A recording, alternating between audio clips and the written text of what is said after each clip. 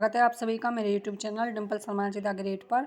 तो ये दूसरा मॉडल टेस्ट पेपर है जो प्रीवियस ईयर है। इसमें जो भी हिंदी के क्वेश्चन पूछे गए हैं उनका हम इसमें सॉल्यूशन देखेंगे।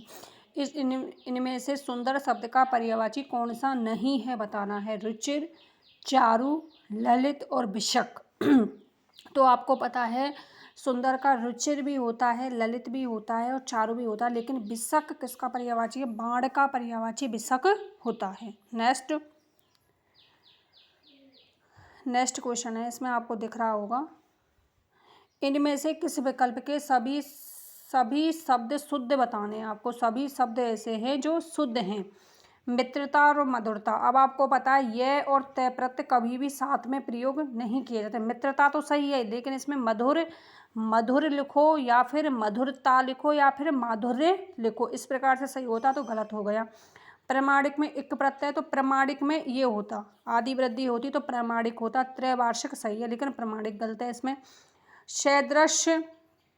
सदृश्य और संतुष्ट। तो आपको पता है दृश्य शब्द शुद्ध होता है, सदृश्य, और संतुष्ट होता है, तो ये भी गलत हो गया। लब्ध, प्रतिष्ठित और व्यवहृत ये दोनों ही सही हैं। नेक्स्ट, जिस वाक्य में एक साधारण वाक्य के अतिरिक्त उसके अधीन को दूसरा अंग वाक्य हो तो उसे कहते हैं। इसमें दिया हुआ है अधीन, एक तो साधारण वाक्य होगा, अधीन दिया हुआ है। यदि इसमें स्वतंत्र शब्द आता तब तो संयुक्त हो जाता, इसमें पूछा है अधीन होना चाहिए, तो ये मिश्र वाक्य के अंतर्गत आएगा। उन्मुख शब्द का विपरीतार्थक शब्द क्या होगा? एक तो उन्मुख होता है और एक होता है सम्मुख। तो सन्मुख आपको नहीं करना, सम्मुख होगा इसका। उन्मुख का क्या होगा? सम्मुख।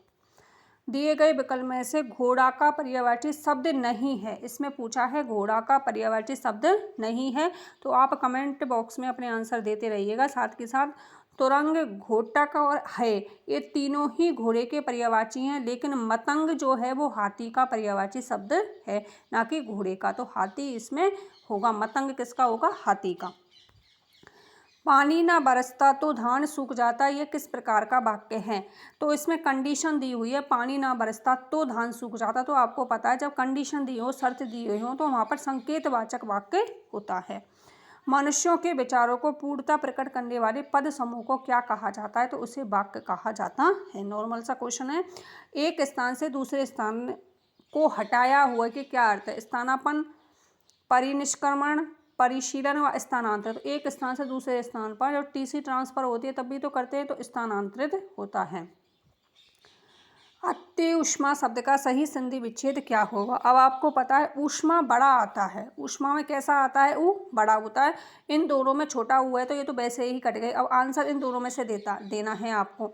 अब आपको पता है कि ऊष्मा जब इसमें अति दे रखा है, यायतिस दे रखा है और आगे स्वर रहित व्यंजन है, तो इसमें यड़ संधि होगी, अति धन ऊष्मा। तो तीसरा विकल्प बिल्कुल सही होगा। नेक्स्ट, सन्मार्ग शब्द में समास कौन सा भेद है? तत्पुरुष, कर्मधारय, अव्ययीभाव और बहुब्रीहि। तो बताइए कौन सा इसमें भेद होगा सन्मार्ग का?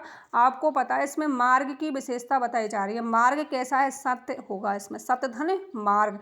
सत्य है जो मार्ग, सत्य का मतलब होता है अच्छा है जो मार्ग, तो इसमें होगा कर्मधारय समास। खेत रहना मुहावरे का अर्थ क्या है? बेफिक्र होना, खूब याद रखना, लापता होना, वीर गति को पाना। तो खेत रहना मुहावरे का अर्थ होता है वीर गति प्राप्त करना। अदगल घगरी झलकत का जाए कहावत का अर्थ क्या है? अधिक क्रोध करना, पुरानी प्रथा पर ही चलना, डींग हाँकना व स्तब्ध होना। आपको पता है अदगल घगरी झलकत का, जो जिसको अल्प ज्ञानी होता है ना, वो ज़्यादा इतराता है, मतलब डींगे हाँकता है। अली और अली शब्द का सही युग्म क्या होगा? अब आपको पता है बड़ी जो अली होती है वो होती है सकी, और छोटी जो अली होती है वो होती है भौरा।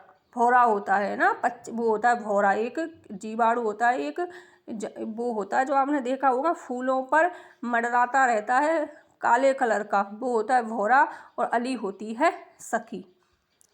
इनमें से किस शब्द में वर्तनी शुद्ध है? तो कल आया था वर्तनी शुद्ध का इसी प्रकार से। पर्णकुटी। अब आपको पता है पर्णकुटी में बड़े उ की मात्रा नहीं आती, छोटे उ की आती है। तो पर्णकुटी इसमें बड़े उ की है तो ये कट गया। इसमें तो न है, ये तो वैसे ही अशुद्ध दिख रहे हैं, तो चौथा विकल्प इसका राइट आंसर होगा। नेक्स्ट, अपने उसने अपने मित्र का पुस्तकालय खरीदा। उसने अपने मित्र का पुस्तकालय खरीदा मिश्र वाक्य में परिवर्तित करना है। तो मिश्र वाक्य की सीधी सी पहचान है, यदि किसी वाक्य में की से जुड़ रहा हो, जो से जुड़ रहा हो, जिससे जुड़ रहा हो, जिससे, जिसका, जिसकी से जुड़ रहा हो, और जब, तब, तब, जब तब से जुड़ रहा हो, क्रिया विशेषण जहाँ तहाँ से जुड़ रहा हो, यदि और तो से जुड़ रहा हो, वहाँ पर मिश्र वाक्य होता है। तो आप सीधा देख लो कहाँ मिश्र वाक्य पूछा है तो जो सो होगा या की होगा। तो की इसमें नहीं है, की इसमें नहीं है, ना इसमें है, तो इसमें जो दे रखा है। उसने उससे पुस्तकालय को खरीदा जो उसका मित्र का था, जो उसके मित्र का था, तो जो आ गया इसमें सीधा मिश्र वाक्य में जाएगा।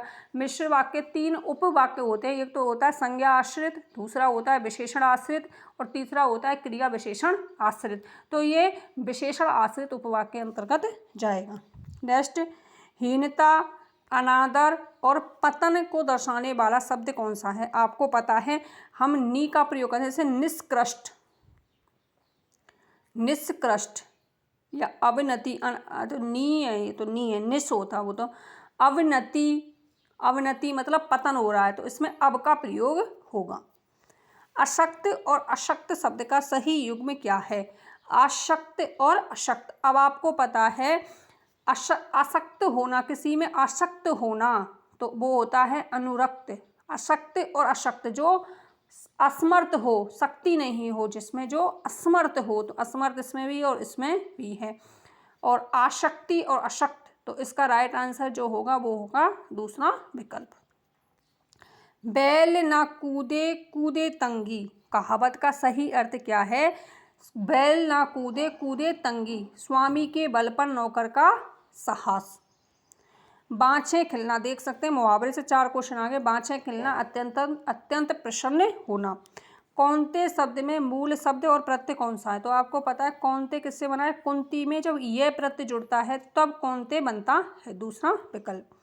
अप उपसर्ग से निर्मित शब्द कौन सा है? तो आप ऐसा ना सोचें यदि विकल्प में 1 और 2 दोनों दे रखे हैं तो वही आंसर होगा, ये गलत भी हो सकता है।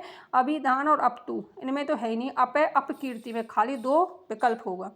निषेधात्मक वाक्य का उदाहरण है, वो वाक्य देखिए जिसमें निषेध किया जा रहा हो, मना किया जा रहा हो। आप कहाँ जा रहे हो, इसमें प्रश्न वो हो गया प्रश्नवाचक। राम खेल रहा है, विधानवाचक। सड़क पर मत जाओ, ईश्वर सबका भला करे, इसमें होगा इच्छावर्धक। निषेध, सड़क पर मत जाओ, मना किया जा रहा है ना, इसमें निषेध किया जा रहा है, नकारात्मकता का बोधक है, सड़क पर मत जाओ, तो निषेधात्मक वाक्य।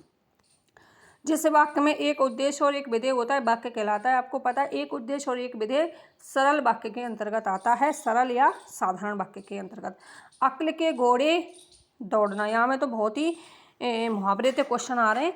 अक्ल के घोड़े दौड़ना मुहावरे का अर्थ क्या है? केवल कल्पनाएं करना।